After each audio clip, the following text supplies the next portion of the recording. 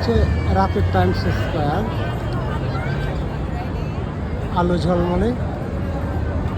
এই যে উপরের দিকে যে তাকায় যে বিল্ডিংটা গুনতেছেন, পয়সা দেওয়া লাগবে, তো ঘাড় ব্যথা হয়ে যাবে। আচ্ছা, টাইমস স্কোয়ারের আগে নাম ছিল হচ্ছে লংগাক্ট্রি স্কোয়ার। 1904 সালে যখন নিউ ইয়র্ক টাইমস এলাকায় তাদের হেডকোয়ার্টার নিয়ে আসে, তখন এর নাম টাইমস স্কোয়ার হয়ে যায়। আর এটার একটা ইন্টারেস্টিং, মানে সবচেয়ে ইন্টারেস্টিং দিক হলো এটার অসংখ্য ডিজিটাল বিলবোর্ড।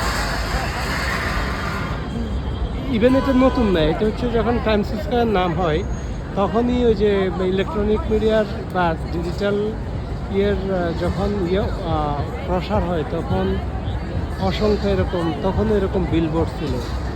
এখন তো ডিজিটাল, তখন ছিল ইলেকট্রনিক বিলবোর্ড।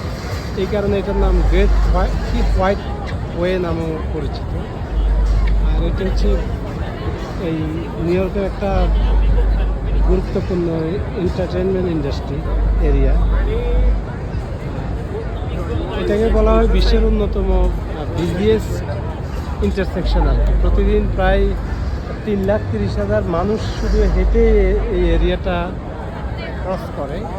আর ব্যস্ততম দিনে এটা 4,60,000 পর্যন্ত উঠে বলে উইকিপিডিয়ার তথ্য। আর কি বলার আছে, এখানে অনেক গুরুত্বপূর্ণ প্রতিবাদ আন্দোলন সংগ্রাম অনুষ্ঠিত হয়। জুলাই আগস্টের আন্দোলনের সময় প্রবাসী বাংলাদেশিরা, যুক্তরাষ্ট্র প্রবাসী বাংলাদেশিরা এখানে এসে বিক্ষোভ সমাবেশ করেছিল প্রতিদিন রাতের বেলা এসে। আর এটা হচ্ছে আমেরিকার এখন অন্যতম গুরুত্বপূর্ণ ট্যুরিস্ট অ্যাট্রাকশন এরিয়া। এই আর